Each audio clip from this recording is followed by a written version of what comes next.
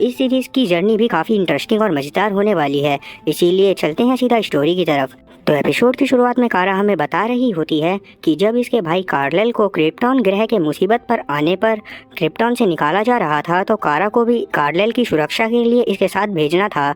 लेकिन जब इनके पॉड्स क्रिप्टॉन से निकले तो कार्लेल का पॉड तो सही टाइम पर सेफ जोन तक पहुंच गया, लेकिन कारा का पॉड क्रिप्टॉन के ब्लास्ट होते समय उसकी एनर्जी से टकरा गया, जिस कारण से कारा का पॉड एक नो टाइम जोन में फंस जाता है, जहां पर कोई भी टाइम नहीं था। इसी वजह से वहां कारा की उम्र बढ़ना भी बंद हो जाती है, जिसके लगभग कुछ 23 साल बाद कार्लेल, जो कि अब बड़ा हो गया था और लोग उसे सुपरमैन के नाम से जानते थे, ये कारा को आकर उस नो टाइम जोन से बाहर निकालता है।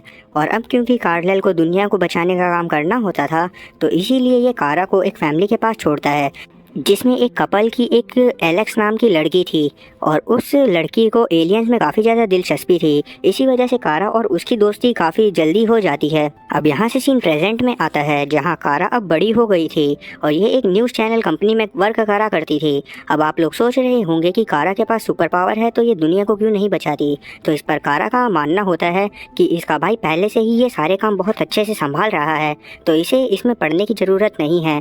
अब इसी सोच के चलते कारा अपनी पावर्स भी काफ़ी सालों से यूज़ नहीं करी थी और ये अपनी लाइफ एक ऑर्डिनरी ह्यूमन की तरह बिताती थी। अब जब ये अपने ऑफिस पहुंचती है तो हम लोग देखते हैं कि कारा का यहाँ विंस्कॉट नाम का एक बहुत अच्छा दोस्त है, पर अभी तक कारा ने इसे भी अपनी पावर्स के बारे में नहीं बताया हुआ है। तभी यहाँ पर कारा की बॉस कैट आ जाती है, जो कि कारा से सही से बात नहीं करा करती थी और ज़्यादातर इससे अपने घरेलू काम करवाती थी, लेकिन फिर भी कारा उससे सही से बात करती है। अब कैट इसे न्यू अपॉइंट फोटोग्राफर से कुछ डॉक्यूमेंट लाने को बोलती है, इसीलिए कारा फोटोग्राफर के पास जाती है और इससे बोलने लगती है कि कैट ने डॉक्यूमेंट मंगवाए हैं तो उन्हें जल्दी से दे दो, क्योंकि उन्हें वेट करना पसंद नहीं है। इस पर फोटोग्राफर बोलता है कि अगर उसे मेरे साथ काम करना है तो उसे वेट करना सीखना होगा। ये बोलते हुए फोटोग्राफर पलटता है। अब जब कारा उसे देखती है तो इसके होश उड़ जाते हैं, क्योंकि ये बंदा जेम्स ऑल्सन था, जिसने सुपरमैन की काफ़ी अच्छी अच्छी फोटोज़ ली थी और इसी वजह से उसने काफ़ी ज़्यादा नाम भी कमाया था। साथ ही ये खुद सुपरमैन का काफ़ी अच्छा दोस्त था। अब कारा की नज़र एक सुपरमैन की बेस्ट फोटो पर पड़ती है, जिसने काफ़ी सारे अवार्ड भी जीते थे, जिसे देखकर ये काफ़ी ज़्यादा खुश होती है। अब जब जेम्स को एहसास होता है कि कारा इस फ़ोटो को पसंद कर रही है, तो जेम्स वो फ़ोटो कारा को गिफ्ट के रूप में दे देता है, जिस वजह से कारा और भी खुश हो जाती है। अब आगे हम लोग कारा को इसके घर में देखते हैं, जहां इसने अपनी सिस्टर एलेक्स को बुलाया था, क्योंकि आज कारा की ब्लाइंड डेट थी और इसे समझ नहीं आ रहा था कि ये कैसे कपड़े पहने। तब एलेक्स बोलती है कि तुमने मुझे बस इतने से काम के लिए क्यों बुलाया है, जबकि मुझे कुछ घंटों में आउट ऑफ कंट्री जाना है। ये सुनकर कारा इसे शांत करवाती हुई अपनी लाइफ के बारे में बताने लगती है कि इसके साथ क्या क्या होता है, जबकि इसके पास भी हर वो काम करने की शक्ति है जो कि सुपरमैन करता है। इस पर एलेक्स इसे गले लगाकर समझाती है कि जैसी लाइफ ये जी रही है उसी को नॉर्मल लाइफ कहा जाता है, जिसमें बहुत ज़्यादा ही उतार चढ़ाव होते हैं। ये सुनकर कारा कुछ सोचने लगती है। आगे एलेक्स इसे एक बहुत सुंदर सी ड्रेस पहनाकर इसको डेट पर भेज देती है और हम डेट वाली जगह पर देखते हैं कि कारा की डेट अच्छी नहीं जाती और सामने बैठा आदमी कारा के बहुत ज़्यादा ही फॉर्मल लुक को देखकर बहाने बनाता हुआ यहाँ से भाग जाता है।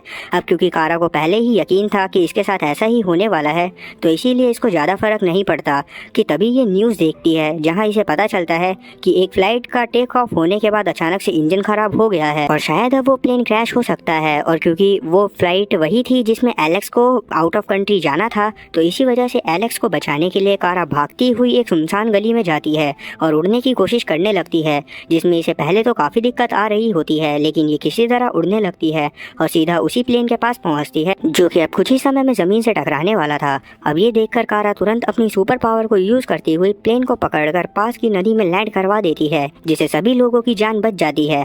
अब जब सब लोग देखते हैं कि इनके टाउन में एक नया सुपर हीरो आ गया है, तो ये सभी कारा की फ़ोटोज़ लेने लगते हैं, पर क्योंकि प्लेन की विंडोज़ पर पानी लगा हुआ था, तो इसी वजह से कारा की कोई भी क्लियर इमेज नहीं आती। पर एलेक्स कारा को देखते ही पहचान जाती है और ये काफ़ी खुश भी होती है। अब जब कारा अपने घर पहुंचती है तो ये प्लेन की न्यूज़ को देखकर काफ़ी खुश होने लगती है।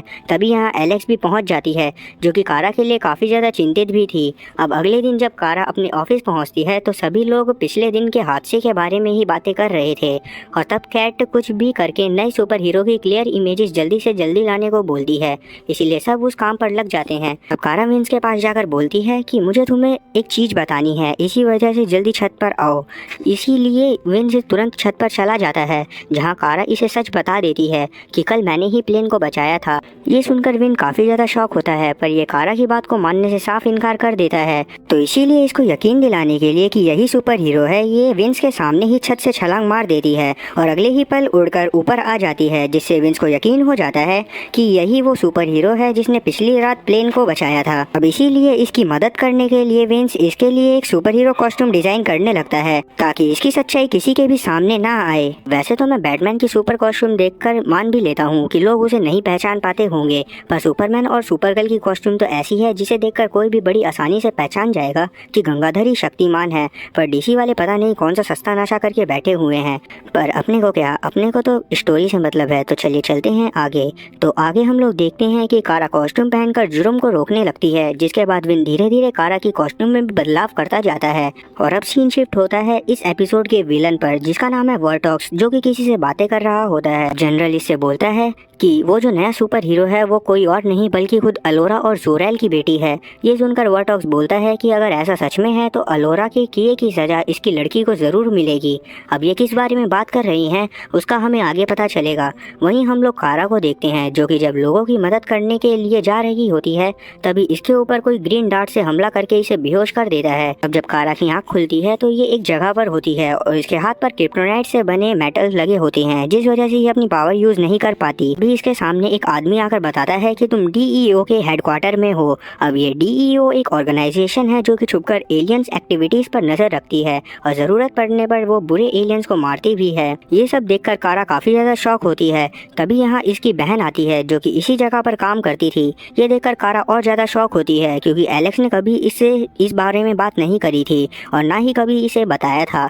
तब एलेक्स बोलती है, मैंने तुम्हें बस इतना ही बताया हुआ था कि जहाँ पर मैं काम करती हूँ वहाँ पर एलियन के बारे में रिसर्च होती है। अब एलेक्स का बॉस हैंशो कारा को बताता है कि तुम अर्थ को बहुत बड़ी मुसीबत में लेकर आ गई हो, क्योंकि जिस नो टाइम जोन में तुम फंसी हुई थी उसे फैंटम जोन बोला जाता है, जहाँ स्पेस यूनिवर्स दुनिया जहान के सुपर विलन के लिए एक जेल बनाई हुई थी और उनमें से ही ज्यादातर सुपर विलन्स को तुम्हारी मॉम ने ही सजा दी थी। और क्योंकि उस समय सभी विलन्स जानते थे कि तुम्हें बचाने के लिए जरूर कोई ना कोई आएगा, तो इसीलिए उस वक्त वो तुम्हारे सामने नहीं आए। फिर जब सुपरमैन ने तुम्हें उस जगह से बाहर निकाला तो उन कैदियों को वहाँ से बाहर निकलने का रास्ता मिल गया, जिसमें से अब कुछ अर्थ पर भी आ गए हैं और ह्यूमन के बीच में रहते हैं। ये सुनकर कारा काफ़ी ज़्यादा शॉक हो जाती है।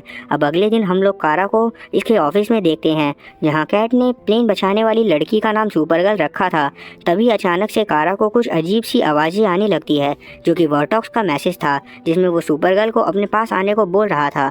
अब मैसेज पाकर कारा तुरंत वर्टॉक्स की लोकेशन पर जाने लगती है, जो एक बायोकेमिकल फैक्ट्री में था। और इन दोनों की बातों के दौरान हमें पता चलता है कि वर्टॉक्स को भी अलोरा ने ही सजा दी थी। अब वर्टॉक्स सुपरगर्ल से लड़ाई करने लगता है और इसको काफ़ी बुरी तरह मारता है। अब सुपरगर्ल भी वर्टॉक्स से लड़ने की कोशिश करती है, जिसे देखकर वर्टॉक्स इस पर अपनी कुल्हाड़ी से हमला करता है, जो कि एक स्पेशल टाइप का वेपन था और उससे सुपरगर्ल की हालत काफ़ी ज़्यादा खराब हो जाती है। पर सही टाइम पर यहाँ पर डीईओ के लोग पहुँच जाते हैं, जिसमें एलेक्स भी शामिल थी और वो सुपरगर्ल को बचा लेते हैं। लेकिन वर्टॉक्स यहाँ से भागने में सफल हो जाता है, क्योंकि कारा का सेल्फ कॉन्फिडेंस काफ़ी ज़्यादा लो हो गया था। इसीलिए अब ये डिसाइड करती है कि अब से ये बस नॉर्मल लाइफ ही बिताएगी। ये सुनकर एलेक्स इसे समझाने की कोशिश करती है, लेकिन कारा ज़्यादा ध्यान नहीं देती हुई यहाँ से चली जाती है। ये देख एलेक्स इसके घर जाती है ताकि ये इसे समझा सके। पहले तो कारा इसकी कोई भी बात नहीं सुनती, लेकिन एलेक्स किसी ना किसी तरह कारा को इसका डिसीजन चेंज करने के लिए कन्विंस कर लेती है और आगे इसे ये एक मैसेज दिखाती है, जो कि अलोरा की तरफ से कारा के लिए था, जिसमें अलोरा कारा को समझाती है कि इसे कभी भी हार नहीं माननी है। अब ये सब देखकर कारा काफ़ी ज़्यादा मोटिवेट हो जाती है और सीधा वर्टॉक्स को ख़त्म करने का डिसाइड करती है। अब यही सब सोचकर कारा सुपरगर्ल बनकर वर्टॉक्स को रोकने जाती है और दूसरी तरफ से एलेक्स और हैंसो भी सुपरगर्ल को गाइड कर रहे होते हैं। अब जब सुपरगर्ल की वर्टॉक्स से लड़ाई होती है तो सुपरगर्ल कॉन्फिडेंट होने के कारण वर्टॉक्स की बहुत बुरी तरह धुलाई करती है। अब इनकी लड़ाई काफ़ी देर तक यूं ही चलती रहती है और क्योंकि एलेक्स और हैंसो को पता होता है कि वर्टॉक्स की पावर उसकी कुल्हाड़ी में है, तो ये सुपरगर्ल से उसकी कुल्हाड़ी को डिस्ट्रॉय करने को बोलते हैं। इसीलिए सुपरगन भी अपनी लेज़र बीम से एक्स को डिस्ट्रॉय कर देती है। अब क्योंकि वर्टॉक्स भी समझ गया था कि वो बिना अपने वेपन के नहीं जीत सकता, तो वो अपने एक्स के टुकड़े से ही सुसाइड कर लेता है। पर मरने से पहले वो बोलता है कि तुम मेरे बॉस के सामने कुछ नहीं हो। ये सुनकर सुपरगर्ल इस पर ज़्यादा ध्यान नहीं देती। अब अगले दिन जब ये अपने ऑफिस पहुंचती है तो जेम्स इसे छत पर अकेले आने को बोलता है, और जब कारा इससे मिलती है तो जेम्स इसे बताता है कि मुझे पता है कि तुम ही सुपरगर्ल हो, क्योंकि कार्लेल ने मुझे ये खुद ही बताया था और वो चाहता था कि मैं तुम्हारे ऊपर नज़र रखूं, और इसीलिए मैं तुम्हारी कंपनी में आया ताकि मैं तुम्हारी मदद कर सकूं। ये सुनकर कारा काफ़ी ज़्यादा खुश होती है और अब जेम्स इसे एक ब्लैंकेट देता है जिसमें कार्लेल को बचपन में लपेटकर अर्थ पर भेजा गया था। अब वो ब्लैंकेट देखकर कारा काफ़ी ज़्यादा खुश होती है। आगे हम लोग एक औरत को देखते हैं जो कि एक आदमी से बातें कर रही थी। अब इन दोनों की बातों से हम लोग जान पाते हैं कि ये कारा की आंट है, पर क्योंकि ये अर्थ को अपने कंट्रोल में करना चाहती है तो ये सबसे पहले कारा को मारने का ऑर्डर देती है ताकि बाद में इसे रोकने के लिए कोई भी बीच में ना आए। अब इसी के साथ ये एपिसोड यहीं पर ख़त्म होता है। तो उम्मीद है कि एक्सप्लेनेशन अच्छी लगी होगी। अगर एक्सप्लेनेशन अच्छी लगी हो तो चैनल को सब्सक्राइब करना और बेल नोटिफिकेशन को ऑल पर सेलेक्ट करना, और सुपरगर्ल के आगे के एपिसोड देखने के लिए कमेंट में नेक्स्ट जरूर टाइप कर दीजिएगा ताकि मैं जान सकूँ कि कितने लोग हैं जो इसके आगे के एपिसोडों को देखना चाहते हैं। तो चलिए तब तक के लिए टाटा और गुड बाय।